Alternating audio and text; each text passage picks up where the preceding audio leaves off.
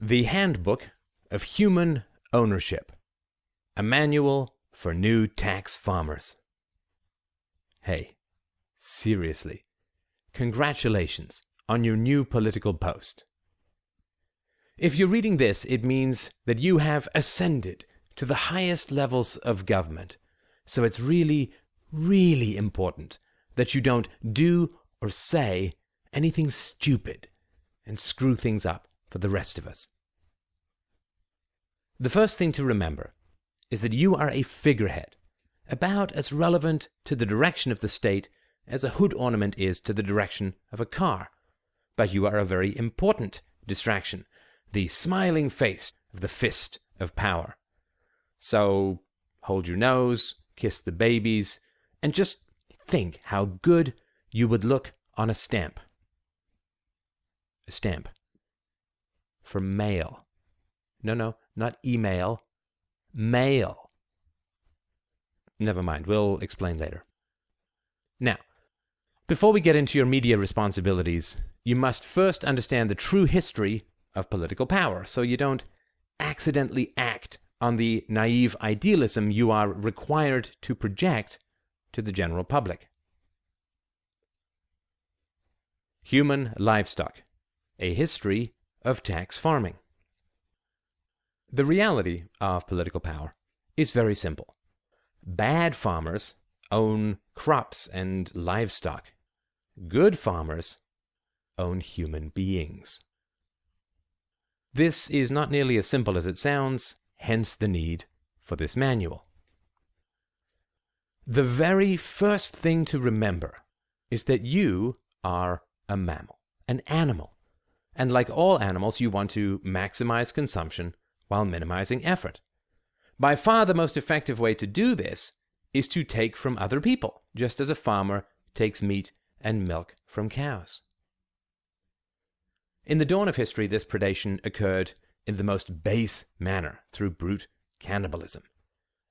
While this may have proven effective in the short run, it fell prey to the problem of consuming your seed crop, in that it provided only a few meals, whilst regrowing more human livestock took over a decade. And it was pretty gross. Sometimes, even after you washed your food, it was way too smelly to eat. Interesting fact, deodorant was first invented as marinade. The husbandry of human ownership took a giant leap forward with the invention of slavery, which was a step up from cannibalism, because instead of using people as food, it used people to grow food, which was a much more sustainable model, to say the least. And far less smelly. Slavery was an improvement, to be sure, but it limited the growth of the ruling class because it could not solve the problem of motivation. Turns out, if you treat people like a machine, they end up with the motivation of a machine, which is to break 2 days after the warranty ends.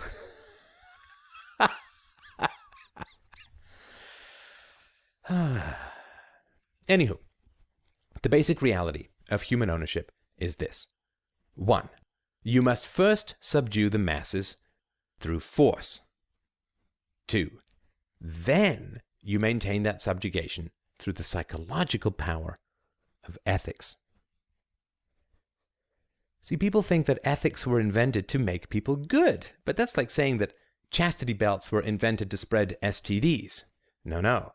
Ethics were invented to bind the minds of the slaves and to create the only true shackles we rulers need: guilt, self-attack, and a fear of the tyranny of ethics. Whoever teaches ethics rules the herd, because everyone is afraid of bad opinions, mostly from themselves. If you do it right, no judgment will be as evil or endless as the one coming from the mirror. This is all fairly straightforward. However, the ethics required to control slaves requires the creation of a paradise after death that they can look forward to, if only they continue to obey their masters. Now, this harvests the muscles of the slaves, but not their minds, which remain depressed and alienated and otherworldly and well, economically fairly useless. Basically, you're saying, hey, let's double down, shall we? I'll trade you pretty much everything in this life for everything in the afterlife. Okay? It really only takes a moment's thought to realize that anyone making that deal has no belief in the afterlife. I mean, look at the gold palaces of the Pope, for heaven's sakes. But, frankly, a moment's thought appears to be a moment too long for most people. Tragically, slavery had its limits. Slaves have to be treated as apes that can be verbally commanded, which provides the ruling classes sophisticated control over their muscles, but permanently breaks the most valuable resource of the human crop, their minds. The Roman Empire perfected the slave-owning model, but inevitably ended up creating too many dependent slaves, which triggered the slow economic collapse of the entire system. For more on this, see the section on current conditions below. After the Dark Ages, when the ruling classes had to suffer the indignity of retreating into the dank attics of the church, the feudal model emerged. The feudal approach improved on the direct slave-owning model by granting the human livestock, serfs, nominal ownership over land, while taking a portion of their productivity through taxes, military conscription, user fees for grinding grain, and so on. So instead of owning folks directly, we just let them sweat themselves into puddles on their little ancestral plots, then took whatever we wanted from the proceeds, all the while telling them, of course, that God himself appointed us as masters over them, and that their highest virtue was meek subservience to their anointed masters, blah, blah, blah, anyway. And again, you may be thinking that historically, God seems to have had a very soft spot for the most violent, entitled, and warlike of his flock. And if meek submission was a virtue, why was it not practiced by the rulers, and so on? But don't worry, you just need to put these entirely natural thoughts right out of your head. Because once the people become enslaved, basic reasoning just short-circuits in their tiny minds, so that they don't see the cramped horrors of their little lives. Anyway, the evolution of medieval serfdom split society into 4 basic groups. 1, the ruling class, aristocracy. 2, the church, propaganda. 3, the army, enforcement.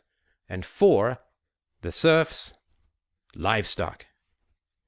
The aristocracy, of which you are now a proud member, reaped the rewards. The church controlled the slaves through ethics, the army attacked those not subjugated through ethics, and the serfs paid for the whole show. The modern equivalents are the political masters, the media, the police, and the taxpayers. Since they had partial custodianship of the land, medieval serfs had at least some incentive to optimize their agricultural productivity.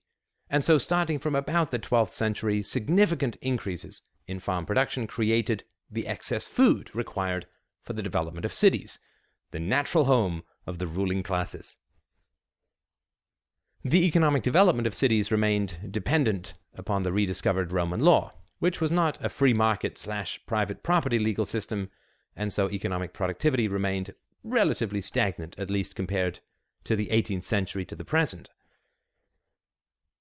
Medieval guilds were also ridiculously inefficient, forcing father-to-son transmission of livelihoods, requiring ridiculously lengthy apprenticeships designed to raise barriers to entry, denying advertising and marketing opportunities, and so on.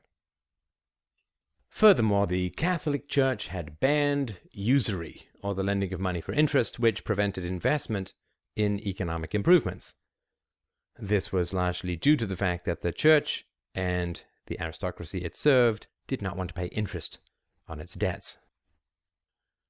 All of these early economic inefficiencies hindered the development of democracy, which requires enormous reserves of capital used as collateral to bribe voters in the present with the money of the future. The splintering of Christendom into warring factions during the Reformation created new opportunities for capital accumulation and loans. And the economic warfare that resulted was really a conflict between medieval capital inefficiencies and the new investment efficiencies available under Protestantism and Judaism to some degree. Naturally, the religion that was able to borrow the most won, and lending money for interest became an established practice throughout society, thus paving the way for the Industrial Revolution. Also, after hundreds of years of bloody religious warfare, where priests were effectively trying to gain control of the military might of the state in order to impose their doctrines on everyone else, the separation of church and state became a matter of base survival. Prying religious doctrines away from government policies meant that some vaguely rational approaches to property rights and trade could be achieved, which gave rise to arguments for free trade, notably by Ricardo and Adam Smith. When you stop trading in God, you can start trading in goods. Starting in the 17th century, the agricultural productivity that the cities depended on began to falter. Serf landholdings were willed to sons, which created increasing fragmentation of properties and inevitable inefficiencies in sowing and plowing. The ruling classes, eager to remain in the cities rather than go back to the damp and dirty countryside, forced the enclosure movement on the peasants, consolidating land holdings and driving hundreds of thousands of serfs off their ancestral lands. This almost immediately increased agricultural productivity, saving the cities, while creating a massive army of cheap labor which, having no land to farm anymore, inevitably ended up looking for work in towns. The conditions were thus ripe for the Industrial Revolution. Capital freedom, a massive cheap labor, some free trade, excess food, and the growing religious skepticism which resulted from the wonderful advances of the scientific method followed since the 16th century. It was at some point during this period that the greatest leap forward in human ownership came to pass, which was the simple genius of allowing the livestock to choose their own occupations. At one fell swoop, the problem of livestock motivation was largely solved, at least until the present. Rather than eat the human livestock, or own them directly, or force them into specific occupations, a free market was created for the source of wealth, while the enslavement aspect was shifted to the effects of wealth, i.e. wages and capital. Labor was free. Wages were taxed. This was the greatest leap forward in human farming history. All prior ruling classes were revealed as incompetent parasites, patui, compared to the brilliant manipulations of the modern human harvester. The economic predations of the ruling classes still remained, but became largely invisible. Tariffs and duties were buried in the prices paid by consumers who had no comparison prices to see their effects. The softening of the visible whip to a kind of leaching fog gave the livestock the perception of freedom, and they all stampeded to work, to wealth, and to fatten our tables in a way that we had never dreamed possible. The trapped entrepreneurial energies of the human herd were thus unleashed for the first time in history, producing a staggering superabundance of wealth and products and services, portions of which were hoovered up to the ruling classes to a degree never before experienced. The benefits were clear, the productivity increases astounding, but the complications of managing this semi-free horde of human livestock rose exponentially as well. The first and greatest danger was the shift from aristocracy to meritocracy, or the reality that greater wealth could be accumulated through trade and creativity rather than tax pillaging and the control of state violence. This was the same danger faced by the church in the shift from superstition to science. The rising entrepreneurial class created an uncomfortable split within society in which the benefits of the aristocracy began to be openly questioned. Societies like America were founded without any aristocracy at all, and aristocracies across Europe faced mounting rebellions and sometimes outright extinction. Now, the aristocracy did not want to crush the entrepreneurial class since it was so wonderfully productive, but it could not allow itself to be eclipsed by these entrepreneurs. And so another unnamed genius came up with a delightfully playful solution called incorporation. The entrepreneurial classes wanted to maximize their profits, of course, and sometimes this came at the expense of the workers. In the early 19th century, citizens had access to a common law legal system that allowed them to bring suit against their employers for death, mutilation, pollution, and so on. The capitalists wanted to avoid these legal attacks, of course, but no one wanted to explicitly strip the workers of these rights. Otherwise, they would become aware of their enslavement and would lose their motivation, and we would be right back to the Middle Ages again, which no one wanted at all. Across the Western world, government after government introduced the concept of incorporation, a brilliant stroke in the annals of human ownership. Incorporation created a legal fiction called a corporation, which shielded entrepreneurs, capitalists, managers, and owners from most legal repercussions for their misdeeds, and even losses within their own businesses. Entrepreneurs could now take money out of this corporation and keep it for themselves, while if any legal action succeeded against them, or their businesses lost money or went into debt, it was now the corporation and shareholders and employees that paid the price, and no one could ever come after their personal assets.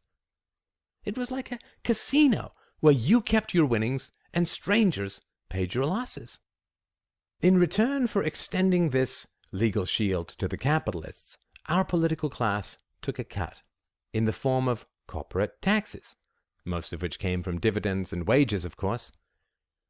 This effectively trapped the entrepreneurs in the service of the state, ensuring that they would never seek to eclipse or make redundant the political class, since they were now dependent upon state power for the maintenance of their legal shield and one-way economic privileges. The 19th century. The 19th century, a wildly creative time in the history of human livestock ownership. The amazing productivity unleashed by the privatization of labor and the partial socialization of wages created such prosperity that the necessity of the ruling class itself was called into question.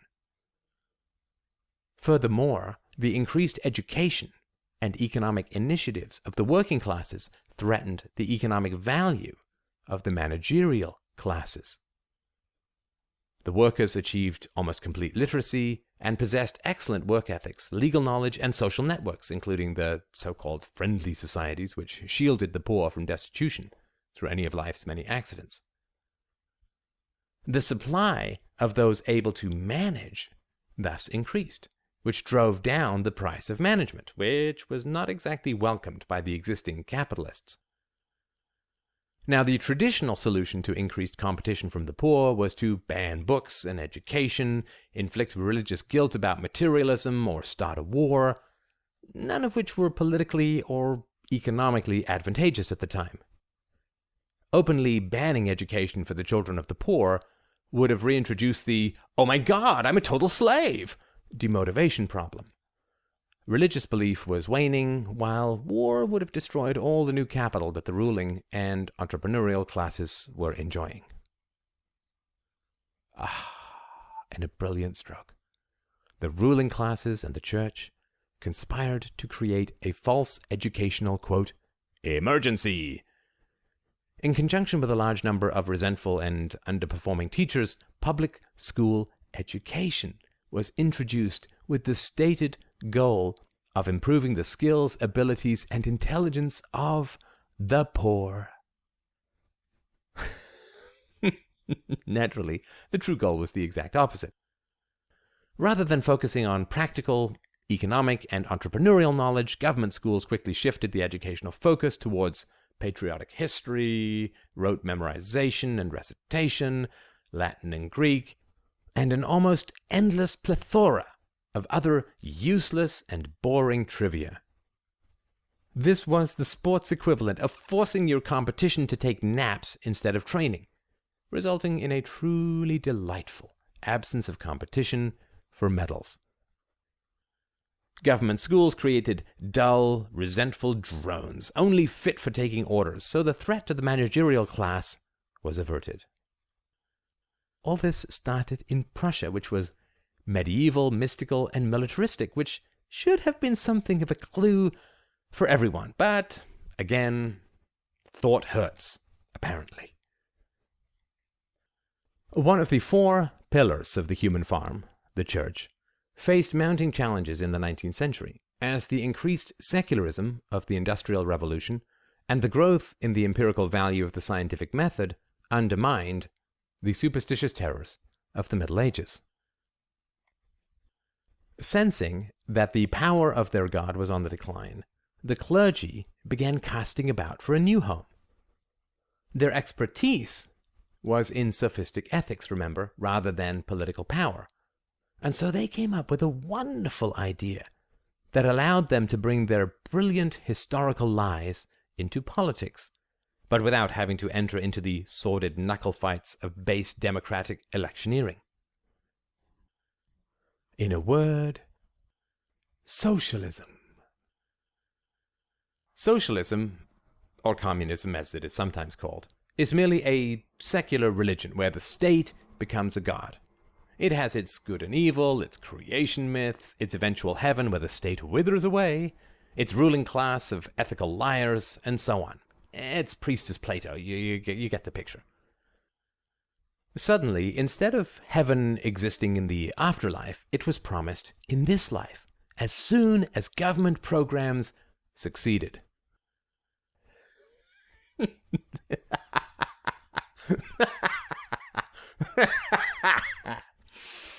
The afterlife is far more likely. The new socialist clergy promised an end to poverty, injustice, illiteracy, shortness, baldness, any word they could get their grubby hands on. And of course, anyone who disagreed with these fantasies was immediately portrayed as pro-poverty, injustice, illiteracy, etc. Of course, just as the moral guilt of religion can never create virtue, government programs can never create paradise, and so a perpetual motion machine of social control was started, where the supposed solutions just created more of the same problems. Religion and kiddies. Religion has always been used to support and extend the power of the state through a number of powerful psychological mechanisms, always inflicted on children. First of all, in religion, success is guilt, and failure is legitimate need. Creating guilt among economically successful people plants a seed that flowers into a guilty parting with their property for the sake of helping the poor. Notably, priests never seem to get round to attacking their own successful head priests or the successful political systems they support and enrich. Secondly, religion excels at creating non-existent entities and then promoting a class of specialized liars who claim to speak for those entities. Thus you have a god and a priest who speaks for that god. In socialism, you have the poor, and you have those who speak for the poor. Notably, it doesn't really matter that socialists almost never come from the poor, such as Marx and Engels, two unemployed rich kids who claimed to have earth-shaking insights into the poverty-stricken working classes, who were actually getting richer. Thirdly, priests, like politicians, promote arbitrary but universal ethics while excluding themselves from the moral rules they impose, which is the most fundamental attribute of any ruling class, as we will see below. Fourthly, religion, again, like the state, promotes wonderful traps in the form of false dichotomies. For example, if you don't want the state to steal your income in order to help the poor, then according to religion, you must hate the poor. This is like saying that if you object to getting raped, you must hate lovemaking. We could go on with this, but since religion has been so thoroughly absorbed into the state in the form of socialism, there's little point in examining its medieval corpse. The modern world. In the past, society was so poor that the aristocracy had to be hereditary in order to maintain its economic wealth. This is no longer the case due to the massive productivity increases of the relatively free market. Now, a successful politician can easily gather enough wealth to last several generations, or forever if handled wisely, in just a few terms. This has allowed for the development of the illusion that the taxed livestock control something we call democracy. Because we can steal so much wealth in such a short amount of time, the ruling classes have agreed to rotate in and out of power in order to maintain the illusion that there is no ruling class. This rotation is essential to maintaining the optimism of the livestock by giving them the belief, almost always false, that they too can join the ruling class. This means that the ruling class is no longer directly exclusive, but rather somewhat permeable, at least at the fringes. The modern democratic system has the advantage of transferring literally trillions of dollars from the workers to the rulers, a plunder unprecedented in human history. But the logic of our system is inherently self-destructive, which is why it is important for you, as a new political leader, to make sure that you extract as much money as possible before the whole house of cards comes crashing down. We will tell you how to do this later. The democratic system only really came into its own with the abandonment of the gold standard and the introduction of merely paper currency. Governments in the 19th century and before were limited in the amount they could bribe supporters and dependents by the amount of gold they had in their vaults. Gold cannot be created by printing presses, and so abandoning the gold standard, the capacity for citizens to redeem paper money for gold, allowed the printing presses of government bribery to work overtime, creating a good deal of the so-called wealth of the post-Second World War period. Democratic governments, like all governments, are all about the forced transfer of wealth from the productive to the unproductive. When the creation of money was limited by actual gold, it was more or less a zero-sum game. When you stole from one group to give to another, always taking your cut, it was a direct reduction and increase of wealth in the present, which was not only highly evident, but also gave the group being stolen from a good deal of incentive to fight the theft. But with the introduction of fiat currency, this all changed. The unimaginative ascribed this to the advent of Keynesianism, but the truth is that fiat currencies predated Keynesianism, and Keynesianism was merely the intellectual cover for the greatest intergenerational theft in history. When governments can print their own money, politicians can sell future generations off to bribe supporters in the present, and shaft the poor at the same time. If the government adds 5% to the currency in circulation, those closest to the government get to spend that money first, at the prior valuation before inflation hits. And then, as the additional money spreads through the economy, the price of everything rises, since you have more money relative to goods than you had before. And those at the bottom and the outskirts of the economy, generally the poor and those on fixed incomes, get hit the hardest. Thus, printing money serves two major purposes. First, it gives free cash to politicians to bribe their supporters.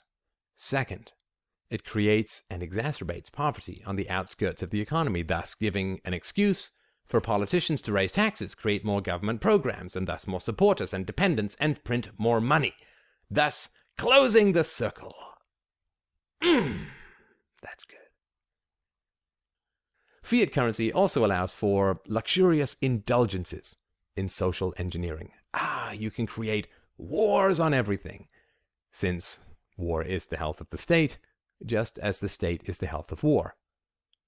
Drugs, poverty, prostitution, gambling, illiteracy, sickness, whatever. This creates more and more people dependent on state payouts and scares everyone through terrifying attacks on ordinary human vices. It also changes the kinds of people who want to become cops. But again, more on that later. Unfortunately, the relationship between increases in the money supply and inflation has been too well established and understood to be of much use anymore. Capital markets are always on the lookout for the overprinting of money and punish governments by increasing the price of their bonds or downgrading their credit ratings. Well, this is just another reason why we are approaching the end of the current cycle of human ownership.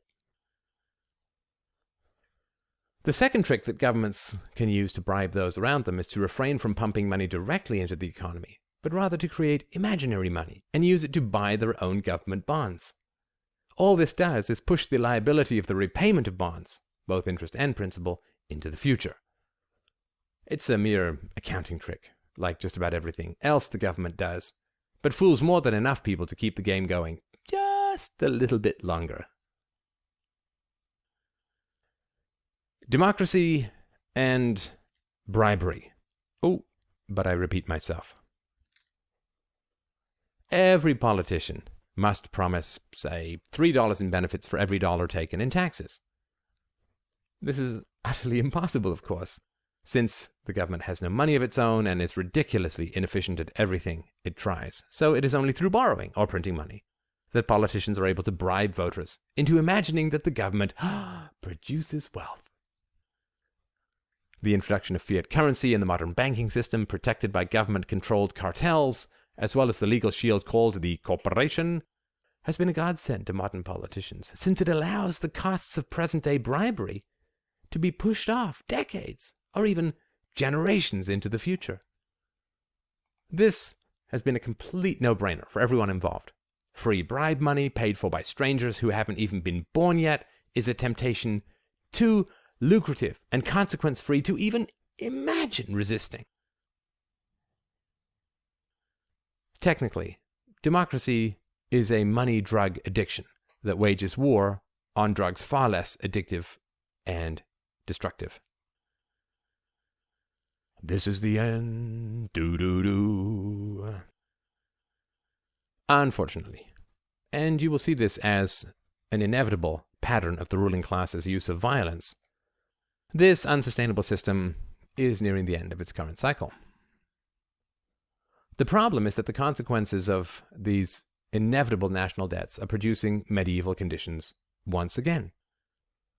First of all, the economic engine of the productive classes, access to capital, is failing because governments are stealing all the capital in order to bribe voters. It's true that voters then often buy stuff, but that's not quite the same as driving new entrepreneurial development, since voters don't invest in new businesses, but rather buy products from existing businesses, which is yet another reason why existing businesses are big fans of the government. Secondly, and perhaps more importantly, the issue of livestock demotivation is raising its ugly head once more. Young people now instinctively grasp the economic catastrophes ahead, and this blunts their ambition and creativity to the point where fewer and fewer new entrepreneurs are creating wealth for the ruling classes. Birth rates. To rulers, the most fundamental capital is not money, but people. Well, more accurately children, but we'll get to that below. Reasonably intelligent human beings don't breed well in captivity, which is why the birth rates of modern Western nations have crashed so catastrophically. Those of us in the ruling class obviously want human livestock intelligent enough to create wealth for us, but unfortunately that kind of intelligence is also easily high enough to do a rational calculation on the benefits and costs of modern parenthood. In the current system, most parents have to work outside the home in order to sustain even a middle-class existence, because of enormously high taxation, regulation, inflation, debt, and economic controls. So parents don't get to spend days with their children, but instead get them for the evenings, night times, and mornings, which are, in general, the least enjoyable times for parenting, particularly when you have to rush kids out of the house to daycare or school. Parents work a full day, get stuck on the terrible roads we built for them, stressed out because they don't want to be late picking up their kids, then bring their kids home and cook and feed and bathe them, and then try and get them to bed with precious little playtime. Mom and dad then fall into an exhausted, sexless bed, praying that their children don't wake up at night, and then have to rouse them at an artificial time, get them fed and clothed and out the door on a strict schedule, all of which is anathema to children, and then pay a significant amount of their after-tax income for strangers to take care of the children they so rarely see. It doesn't take a genius to realize that this is a pretty raw deal for parents, and this is the most fundamental reason why birth rates among our taxed cattle are so low, except among the poor, who we pay to breed so that we can use them to guilt the better off into surrendering their money to us. Thus we have demotivated young people who spend forever draining wealth, their own and others, in school and university, fewer babies and children, and a massive bulge of baby boomers heading into retirement, where a completely empty cupboard awaits them.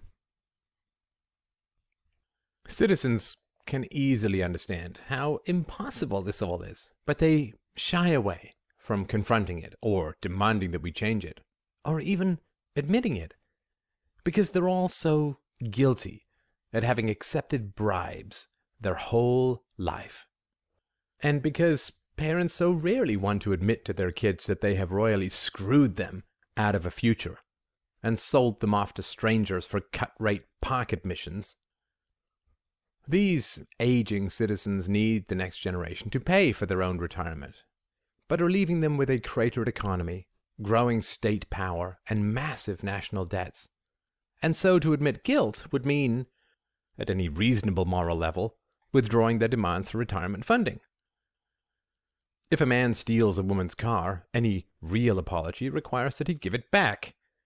But this is never going to happen with the national debt or the trillions in unfunded liabilities, and so no one with any real influence is ever going to demand that we deal with this impossible situation.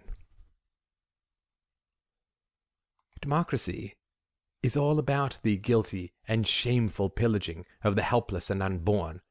It corrupts moral responsibility to the point where almost everyone is far too guilty and entitled to take a moral stand for accountability. Get a man to take stolen goods, and he will never complain about theft. This is the essence of democracy. So, no worries there. The dependent classes. A key foundation of livestock management is bribery, which has an obvious benefit and a subtle one. The obvious benefit is that, say, artists and intellectuals who receive government money will never be fundamentally critical of government, taxes, and redistribution, for reasons too obvious to mention here. The more subtle benefit is that when you create an entire class of people dependent on government handouts, you divide the livestock into warring factions. Tasty. Those whose money is being stolen have a strong incentive to reduce state theft, while those who receive stolen money have a strong incentive to increase state theft. It is absolutely essential that you create and maintain conditions which foster slave-on-slave aggression. If rulers smack down the slaves directly, the livestock immediately become aware of their enslavement, which reintroduces the motivation problem. Efficient human masters thus ensure that the slaves attack each other. The benefits of this are almost too numerous to count, but a few will be mentioned below. Human beings, as interdependent tribal mammals, have evolved to be terrified of horizontal social attack, ostracism, and rejection. This is a core emotional vulnerability which can never be eliminated and will always serve you well. Prehistoric man could not live without the support of the tribe, and so the need for social acceptance was programmed into the very base of his brain as a core survival mechanism. The philosophers who serve power, mostly priests and academics, have layered onto this basic mechanism the additional power of ethics. Ethics is a claim to a universal principle of preferred behavior, which has the enormous benefit of being easily internalized by the slave classes. If you can get slaves to attack themselves for daring to question the existing social structure, you will not have to lift a finger to keep them in their chains. They will, in fact, attack anyone holding a key. As a backup, you must always have a group of slaves willing to attack anyone who mentally frees himself from your false ethics. This enforcement will always come from two main areas: the family and the media. The slave family. Deep down, slaves always know that they're slaves, and their only real enslavement is resisting this knowledge. Prior ruling classes did not trust this basic mechanism, and so were hesitant to substitute horizontal social control for vertical political violence. Now, we know better. All commonly accepted cultural myths are created by the ruling class and are essential lubricants for the wheels of power. The most common cultural myth is that your family is everything, the most important relationship, the most essential intimacy, the most fundamental social unit. This helps the ruling class in countless ways, not least of which is that it establishes and extends the principle that an accident of birth creates a fundamental and eternal moral obligation. Family thus equals country. Also, sports team, which is one reason why we fund them.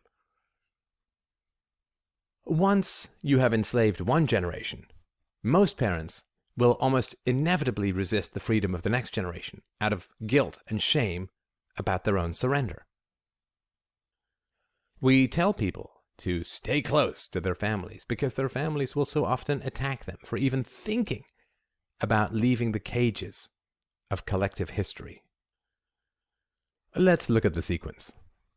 A man surrenders his liberty for petty cash and the illusion of security.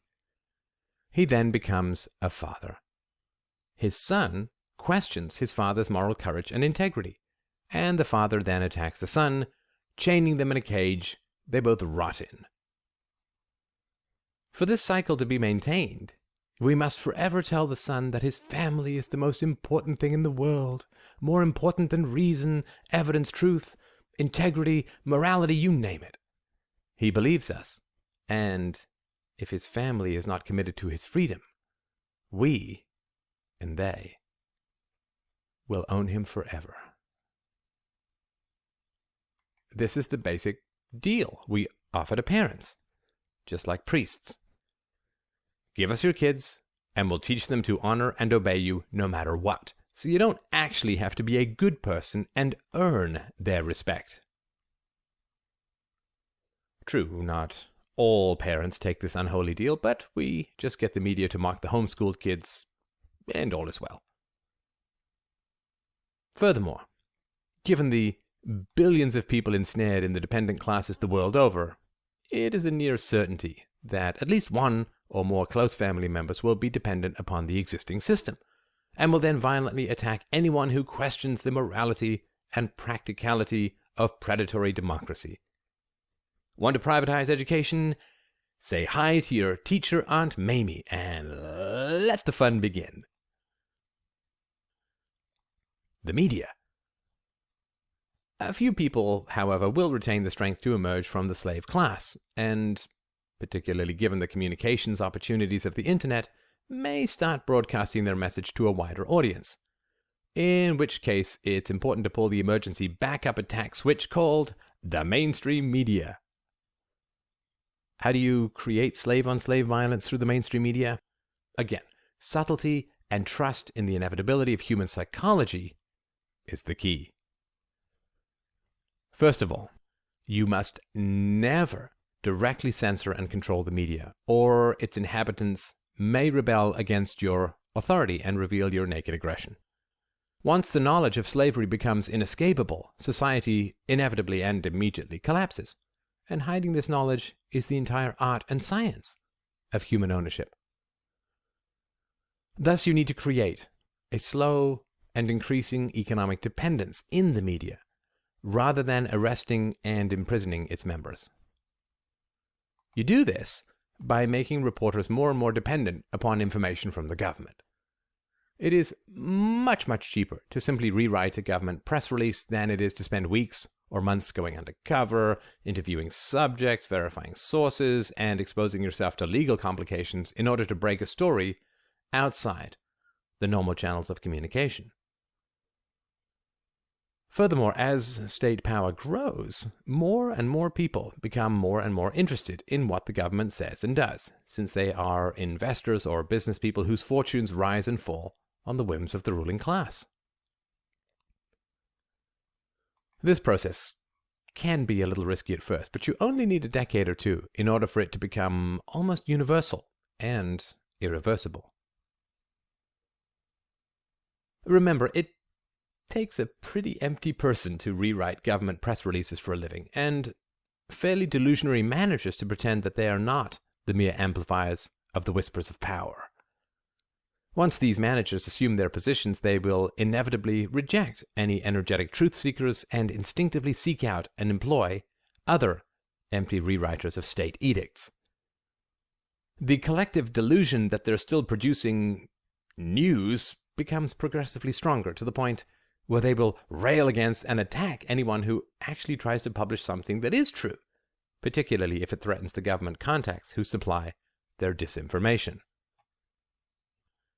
Access to government thus becomes the foundation of any media organization. Therefore, no fundamental criticisms of governments can be produced. You can criticize a tax, but not taxation itself. You can criticize a party, but not the state. You can criticize a vote, but not voting. As usual, it is both depressing and exciting to see the tiny price that people are willing to sell themselves for. Their name in print, a meager expense account, a few parties, and they're yours.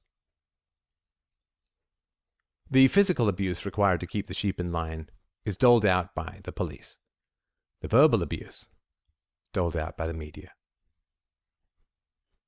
The media has been trained to attack anyone who questions the foundations of violent power. The equation is really very simple, so simple that it is always overlooked. If a man says that coercive wealth transfers, theft in the vernacular, are wrong, then the media instantly attacks him for not caring about whoever is receiving the stolen money. For instance, if a man questions the morality and practicality of the welfare state, he will be immediately attacked for not caring about the poor. If he argues against government schools, then he clearly hates the fact that children get educated. If he defends free trade, he is an immoral advocate for blood-sucking corporations. If he criticizes military budgets, he is a cowardly appeaser who wishes to surrender Fort Knox to Al-Qaeda. If he holds people morally accountable for their actions, he is punishing them for their past mistakes and playing the blame game.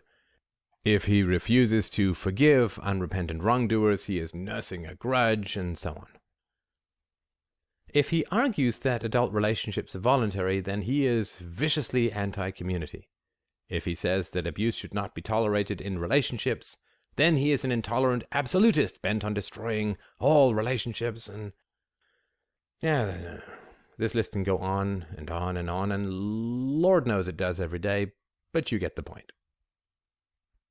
The wonderful thing is that you won't ever have to tell the media to do this. It just happens of its own accord, because people who are expert verbal abusers always rise to the top of the media pyramid because they're so useful to those of us in power. So we always give them access and exclusivity. You only need a few verbal abusers in charge, and everyone else will fall in line, because anyone who tries to stand up against them will be immediately smacked down and will face the horrifying spectacle of watching all their colleagues either take cowardly steps back or joining in the verbal assaults. I should probably have mentioned that priests, the best verbal abusers in history, left the church for socialism and the media, which is why the media tends to be so left-wing. The reason the media performs this service for us is very simple. We own their livelihoods through licensing, legal regulation, and access to information. If we decide to cut anyone off, his career is over. If anyone displeases us, we can threaten to pull the license of the entire organization because the rules are so Byzantine that we can nail someone for something at any time. Much like the tax code, it is a form of soft totalitarianism that we have perfected over the generations. The purpose of regulation is to control through rational anxiety rather than dictatorial terror. Prior dictatorships would shoot people, arrest and imprison them arbitrarily. This controlled people's bodies very effectively, but destroyed their entrepreneurial energies and motivations.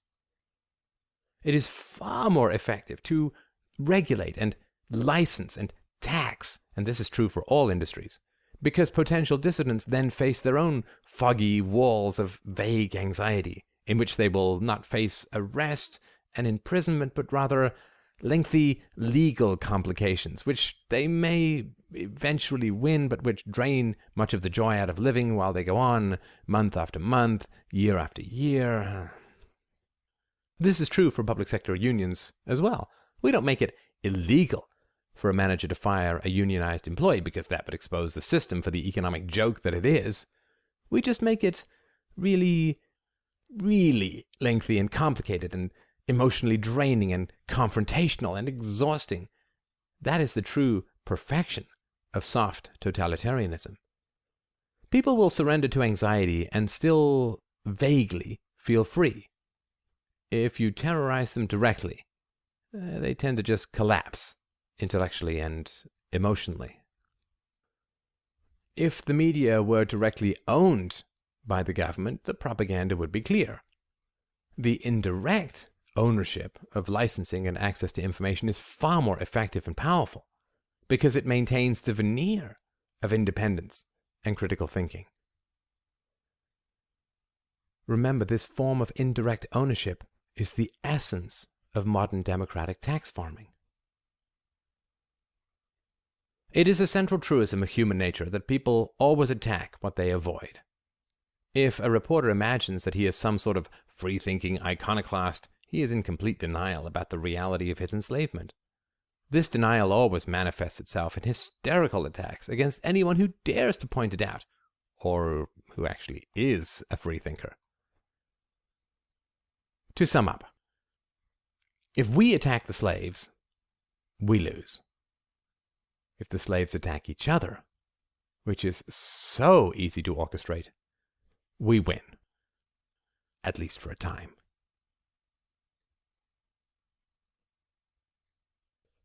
Children, the greatest resource. When we say that human beings are the greatest resource, it's important to be precise about what we mean. Human beings are naturally born with two characteristics. The first is a resistance to arbitrary authority, and the second is a natural susceptibility to obeying universal ethics. Anyone who doubts the first characteristic has never tried to parent a 2-year-old, and anyone who doubts the second has never triggered or experienced moral guilt. Domesticating the human animal does not mean that everyone needs to turn out the same. In fact, it would be quite a disaster for us if they did. To most efficiently control the human farm, you need a majority of broken, self-attacking, insecure, shallow, vain, and ambitious sheep, forever consumed by inconsequentialities like weight, abs, and celebrities, and a minority of volatile, angry, and dominant sheepdogs, which you can dress up in either a green or a blue costume and use to threaten and manage the herd. Ruling classes have always had to separate children from their parents. Otherwise, it is almost impossible to substitute weird abstractions like the state or a god for the parent-child bond. Human children, like ducklings, will bond with whatever person or institution raises them, which is why we always need to get children, hopefully as young as possible, to bond with the state through government daycare and education, I guess, is the closest word. In the distant past, rulers made the error of forcibly removing children from their parents, which exposed their enslavement and so destroyed their motivation. In the late Middle Ages, children were farmed out to wet nurses, destroying the parent-child bond. In more recent times, the boarding school system separated children from their parents, destroying empathy and creating wonderfully brutal administrators and enforcers for a variety of European empires. See George Orwell.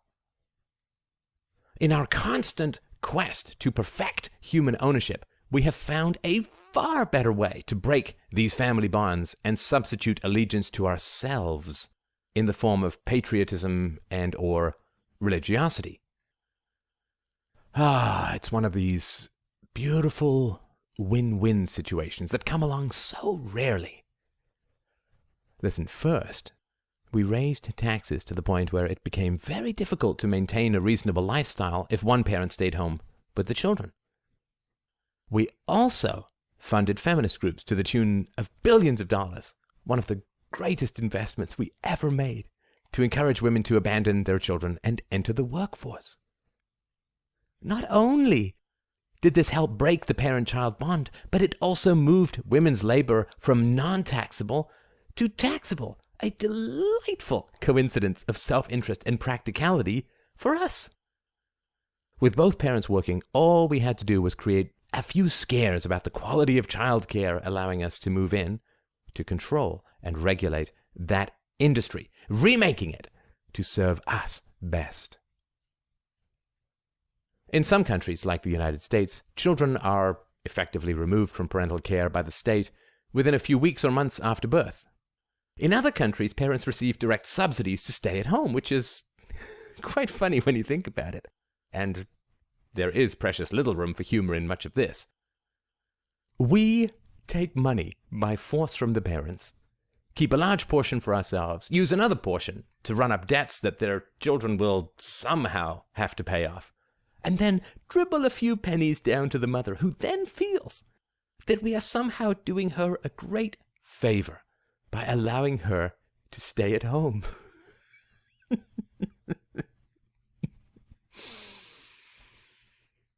It's a delicious irony that everyone remains so totally blind to reality that they run to us to protect their children from all kinds of harm, while we are the ones selling off their children's future through national debts. It really is like hiring a thief to guard your property. The amazing thing is that this is all so completely obvious and never, ever, ever spoken about. Sometimes it would be tempting to feel bad about ruling people, but really they are so very stupid that it almost seems helpful. Now, parenting has generally improved over the centuries, which also poses a grave threat to us, because if children are raised without aggression, they will both immediately see and never accept the reality of human ownership. As parenting has improved, it has become more important for us to intervene earlier and earlier. In the 19th century, it was okay to wait until the tax kittens were 5 or 6 before we started propagandizing them in government schools. However, as parenting has improved, particularly in the post-Second World War period, we have to start intervening earlier and earlier, which is why we try to get at kids so soon after birth now. Because when kids were raised fairly well in the post-war period, it produced the disasters of the rebellious 1960s, which almost finished us. And so we began funding radical feminism, controlling teachers more, and snatching the kids earlier and earlier to fix all that. So we need some parents to create the sheep, and other parents to create the wolves, or the sociopaths who can be relied upon to attack whoever we point to. These sociopaths can be divided into those who guard the ruling classes, the police and soldiers and prison guards and so on, and the criminals that we always wave around to frighten people into running back to our protection. Again, the amount of doublethink required to maintain the delusion that the ruling class is not invested in crime, when even by our rules we are all criminals, is really quite astounding. Governments control almost the entire environment of the poor, from public housing to food stamps to welfare checks to public schools. And it is this environment that produces the majority of criminals. For instance, governments require that children spend about 15,000 hours being educated in state schools. And yet when they emerge from this massive investment as illiterate and violent criminals, no one ever takes us to task. Never, ever underestimate the degree to which people will scatter themselves into a deep fog in order to avoid seeing the basic realities of their own cages.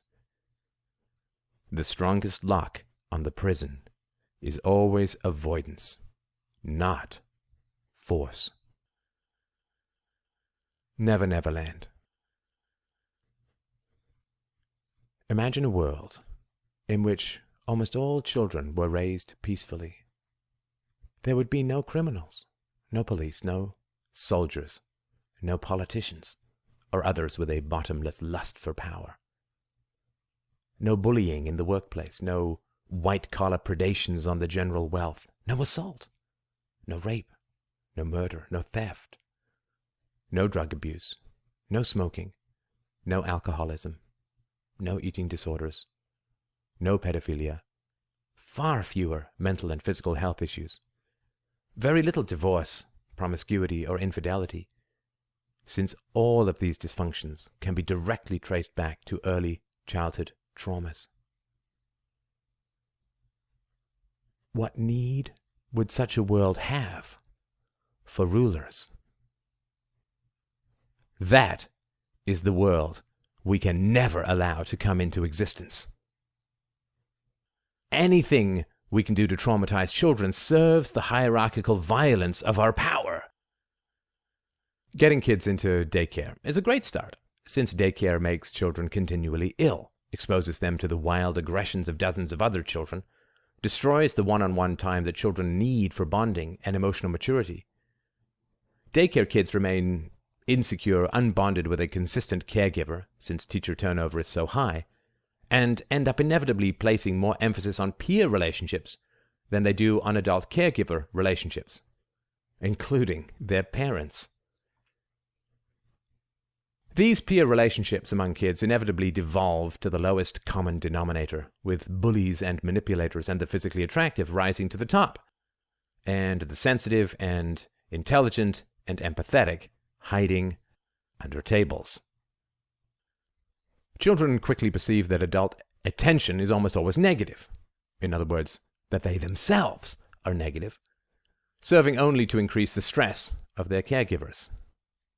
Due to the shortage of time and resources, conflicts between children are rarely resolved in a just manner, but merely with separation and mutual punishment, which breaks the child's natural desire for integrity and virtue, and places all the power in the fists of those empty and dangerous children who do not fear retribution. And when the stressed out parent comes to pick up the child from daycare, the child feels further devalued, knowing that he is just another source of aggravation for his parent. Just get in the car. The practical necessities of child raising are then compressed into a very short and taxing time, which no one really enjoys. Parents are short-tempered and impatient, children are stressed and unhappy, and then the whole thing starts all over again when the alarm bells go off the next morning. Children have to feel herded and controlled by impatient adult caregivers long before we get a hold of them in school. Otherwise, our whole system will fall apart. Children have to feel that they are inconvenient impositions on all-powerful authorities long before they become adults or even school children. Otherwise, we will have no control over them. Children have to feel grateful for whatever crumbs of attention and consideration fall their way, and learn to live on very little. Otherwise, they will never grow up with the desperate hunger that can only be filled by conformity, patriotism, sports addictions, religions, and other superstitions. We plant children. We grow power. Rule by adjective. The violence of the government can create nothing, so all we can do is manipulate language. This is called the rule by adjective, or RBA. RBA essentially consists of the creation of noble-sounding phrases that completely disintegrate under the slightest rational or empirical examination.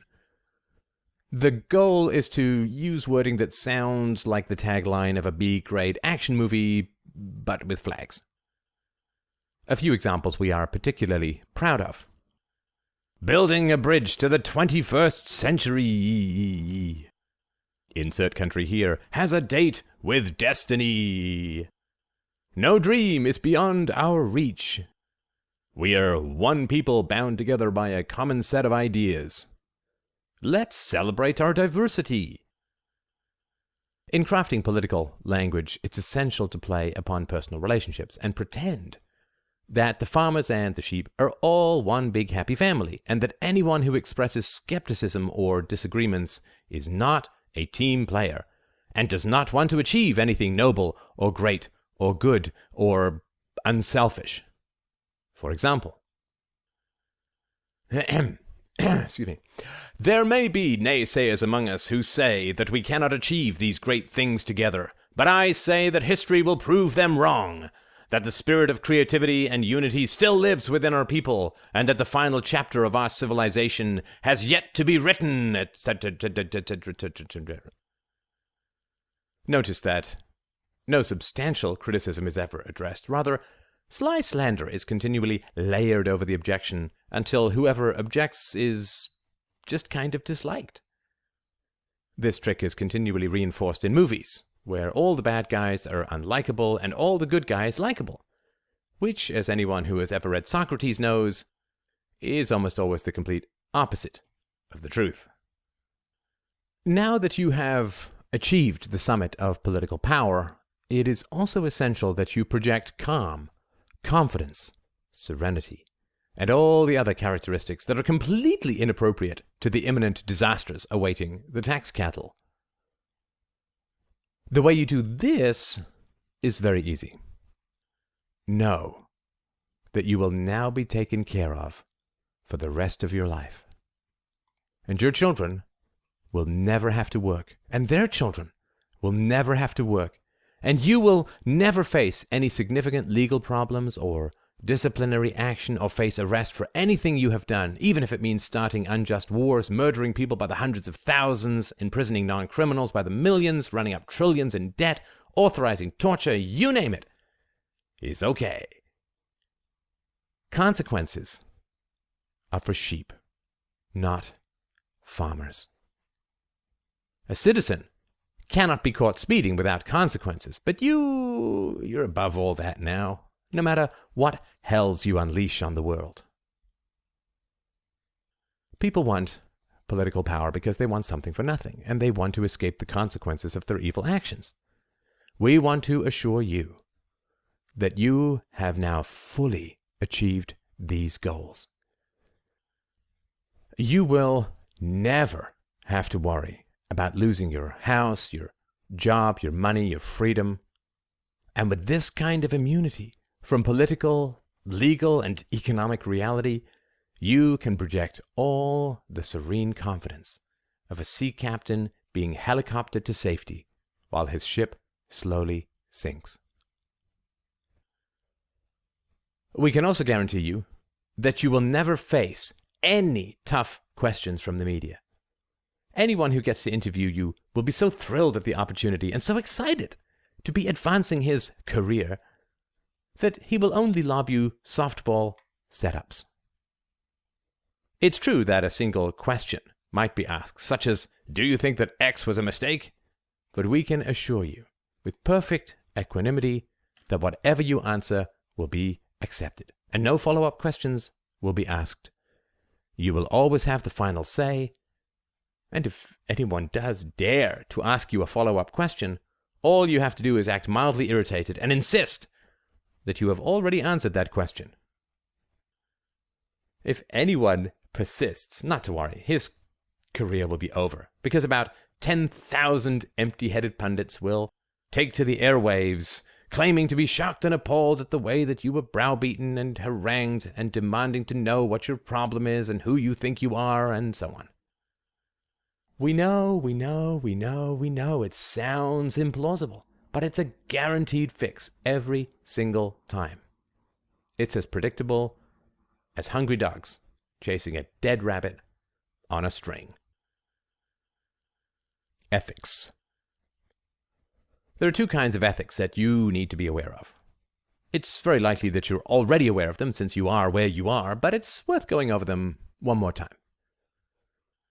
When slaves evaluate masters, relativism and deference and working together and respecting differences of opinion are key. When masters evaluate other masters, bipartisanship and putting aside differences and working together and respecting differences of opinion are also key. This falls into the old category of turn the other cheek. But when masters evaluate slaves, however, it's total eye for an eye time. For instance, if you propose healthcare legislation that will force people to do stuff, it's very important that you respect the other party's right to disagree with your proposal. However, once it becomes law, no mere citizen is ever allowed to act on his or her disagreement with you. Debates are for the masters. Enforcement is for the slaves. You are allowed to debate whether or not to go to war. Citizens are not allowed to choose whether or not they fund the war or are drafted to get killed in it. You are allowed to debate whether to subsidize some group. Citizens are never allowed to choose whether they subsidize that group. Free will is for the masters. Slaves get the determinism of their masters' whims. In case you have any concern that someone will point out the ridiculousness of all this, do not fear. The moment that anyone argues that we don't need violent masters, that such masters are in fact hellishly destructive, all the slaves in the world will gang up on such an exposed truth-teller, saying, in effect, "We are not slaves if you don't point out our masters." This reaction is all based on propaganda that is carefully layered in throughout government education. And all education is government education because we regulate and control private schools and universities as well. The propaganda is, like all propaganda, completely insane. But through calm repetition and attacking dissenters, it quickly gets accepted as an obvious truth. The propaganda is this. 1. The government provides service X. 2. If the government does not provide service X will never be provided. 3. Therefore, anyone arguing against the government providing service X is arguing against the necessity or value of service X. It seems almost embarrassing to point out the foolishness of these arguments, but in the highly unlikely event you ever get a question on this, it's good to have an answer. According to the democratic model, governments only do what the majority of citizens want them to do. The will of the majority is one of our central gods, which cannot speak for itself, of course, and therefore kindly allows us to speak for it. Democratic governments only help the poor, then, because the majority of citizens want them to. If governments reflect the will of the people, then whatever governments do is entirely unnecessary, because the majority want to do it anyway. The more that people get attacked for not caring about the poor, the less the government needs to do anything about the poor, because the attacks reflect a general preference to help the poor. The only practical argument for the continuance of a government program would be if everyone had a strong desire to get rid of it, because then, it could be argued, they did not care about its recipients. If someone said, "Let's get rid of the welfare state," and everyone cheered and joined in, we might very well have some concern about the fate of the poor.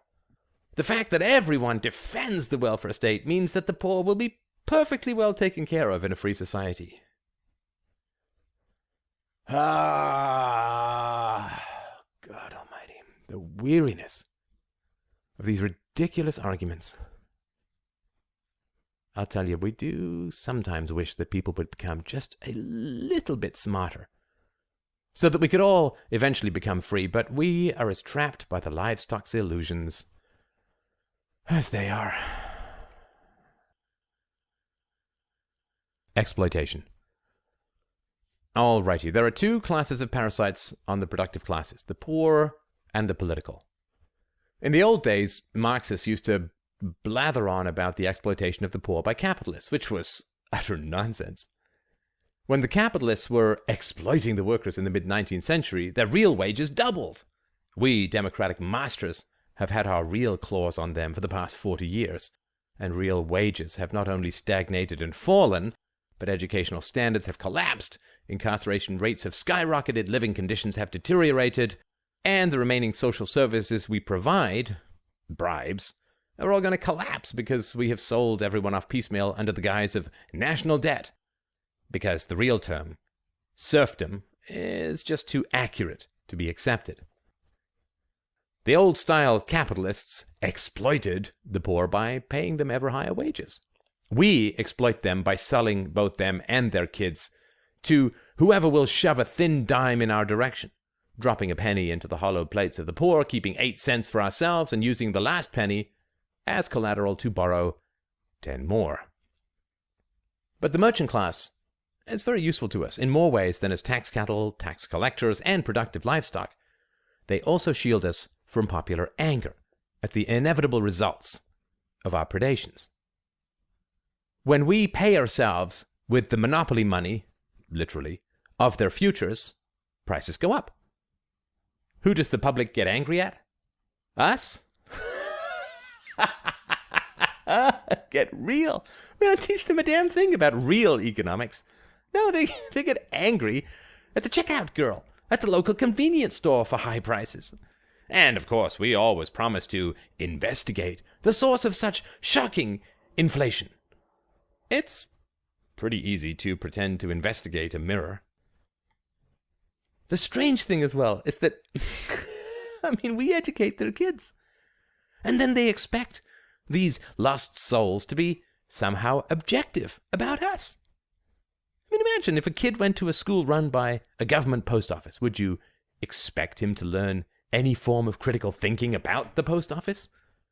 Of course not. He would get endless lessons on how wonderful, benevolent, and friendly post office workers were, and how, before the post office became a government monopoly, private mail carriers stole checks from starving widows, abused their workers, and overcharged their helpless customers. You wouldn't expect even a sliver of truth to fall through the cracks of propaganda, but all this and more since the post office can't start wars, is inflicted on the helpless kids held prisoner in state, quote, schools. So people arrive at adulthood worshipping the state that stole from their parents, crushed their minds under forced indoctrination, sold them into serfdom for the rest of their lives, and programmed them for endless obedience. Imagine if we said that Goldman Sachs should run all the government schools. Just picture the howls of indignation that would arise, shrill shrieks of the dangers of bias, indoctrination, and programming. But give the children to the state, and everyone smiles benignly, certain that objectivity, reason, and a well-tempered love of children and learning will reign supreme.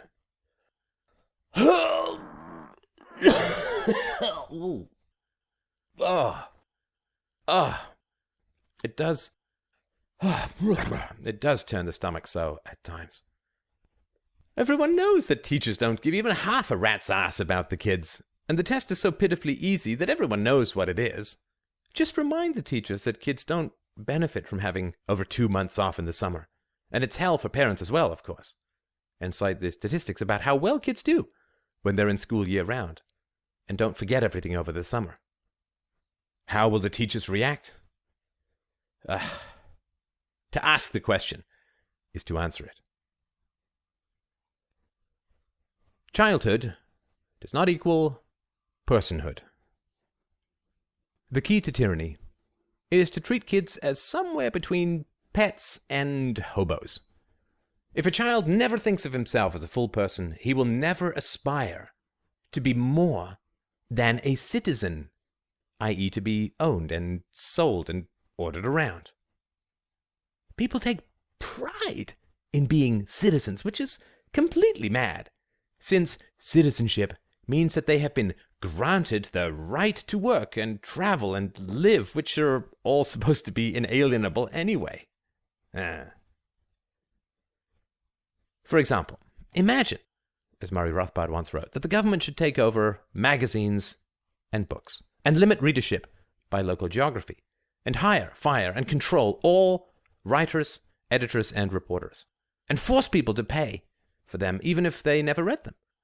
What an unholy outcry would arise. Cries of censorship and tyranny would echo in tinny indignation from bosom to heaving bosom.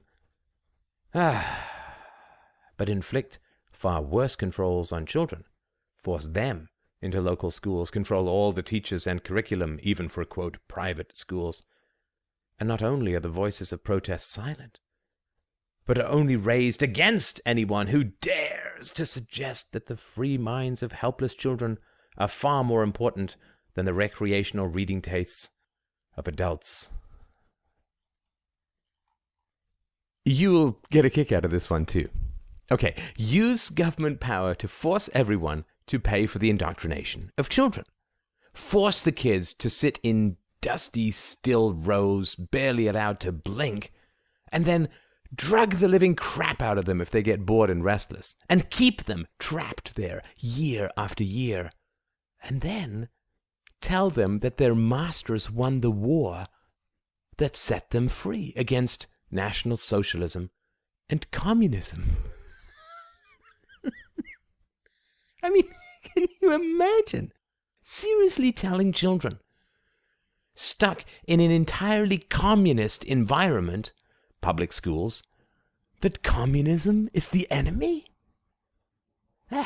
Of course, they'll just write it down and regurgitate it whenever you want because they're terrified of being drugged. And then, okay, you have to tell them, of course, that communist dictatorships used the lie called mental illness to drug anyone who didn't fit in and obey the rulers. Freedom, you see, is for the adults. Communism is for the children.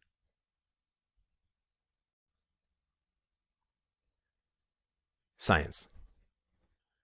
We have a complicated relationship with science. We need it for weapons and tax livestock management. Imagine how hard it would be to collect taxes without computers. So we need science to flourish, but we also need to control it. The way we do this is to continually program the population to view science as a productive but dangerous force that will destroy the world if not tightly controlled. This is utterly absurd, of course, since it was our control of science through the Manhattan Project that created weapons that actually could destroy the world. But then we just tell the sheeple that, worse things would have happened if we didn't make the nukes, and they all bah and agree and eat the leftover grass we shovel into their troughs. So we do this sort of Sorcerer's Apprentice thing where science is great to begin with, but then grows and grows and gets out of control and needs to be shut down in an extremity of CGI adventure. Naturally, we're really talking about ourselves, the government itself, but no one wants to think about that, so they imagine that it's all about robots and computers and carbon footprints and machines that make hot dogs in the sky. Oh, God help us. People will always choose 1,000 fairy tales over one basic fact. Accept us, perhaps. Our understanding of, and immunity to, sentimentality is our greatest power. We are the lions who hunt with sentimental pictures of little kittens. From here. At this point, it does pain me to tell you that you will soon have the rather unenviable task of informing the livestock that they're pretty much screwed.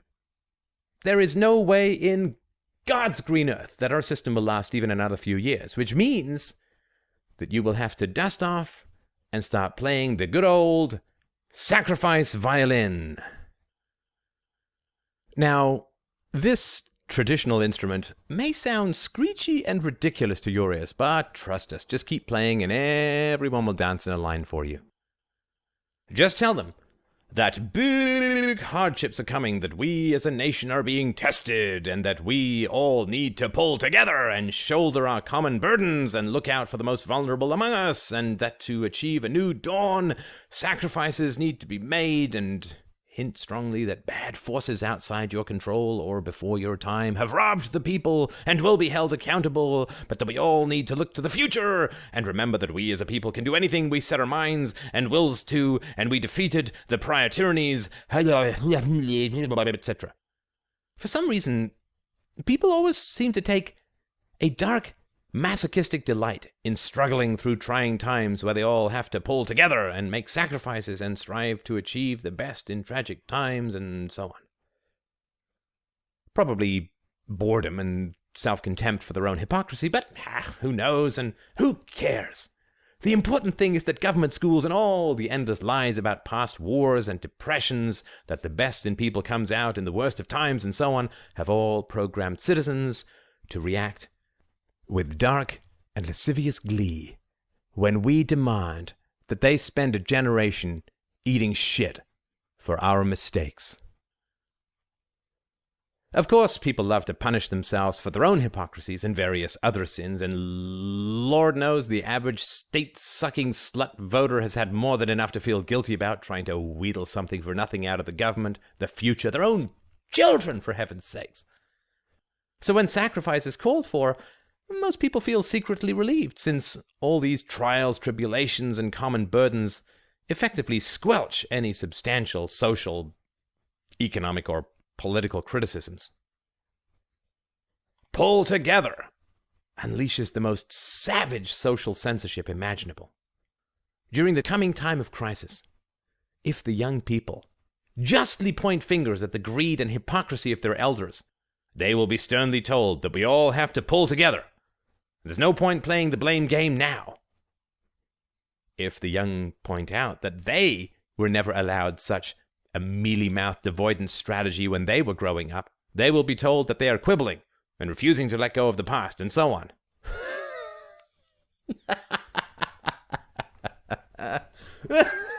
Imagine. Imagine a teenager trying those strategies about failing to take out the garbage, and you will instantly see how much these cowardly redirects stink. So, self-flagellation for past crimes and avoidance of just accusations from past victims. These motives will trigger such hellish attacks on free thinkers that only the truly crazed will continue to raise these issues. If you want to know more about this phenomenon, just remember how few Europeans criticized the ruling classes for 2 world wars in 2 generations, but rather took pride in winning a bloodbath that cost over 50 million lives. And contrast that with how they treat a waiter who forgets their food order. Ugh. So, the plan is always the same. We pillage, we plunder, we bribe, and then demand sacrifices from our victims. To get the general idea, picture a rapist demanding a drive home from his victim. Anyone who doesn't play along with this insanity will just be branded a malcontent, not a team player, and mocked and ostracized. Fortunately, we have bred our livestock to be so dependent on social approval that most everyone will find this unbearable and slink back into the single-file line to the graveyard, pushing their bewildered and resentful children ahead of them. Conclusion. So, remember, you're going to be taken care of. That's the first thing to really, really understand. You can't go broke, you can't go hungry, you can't lose your house, you can't really be fired, and people will pay hundreds of thousands of dollars to hear you speak every day for the rest of your life. You're going to get libraries named after you, receive multi-million-dollar book deals, and a guaranteed gold-plated pension with free healthcare for the rest of your life. You have absolutely nothing to worry about. You have the softest seat on the biggest lifeboat.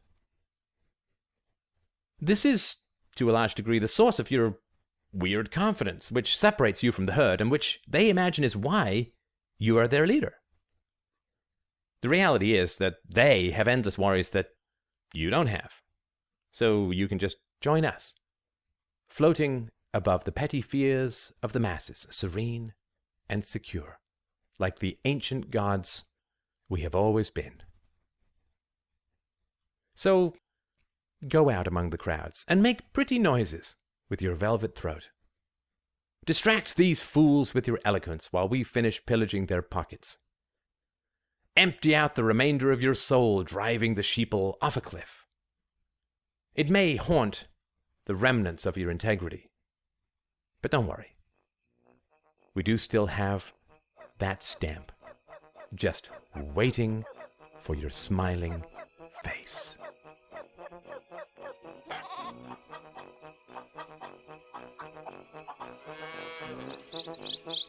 freedomainradio.com.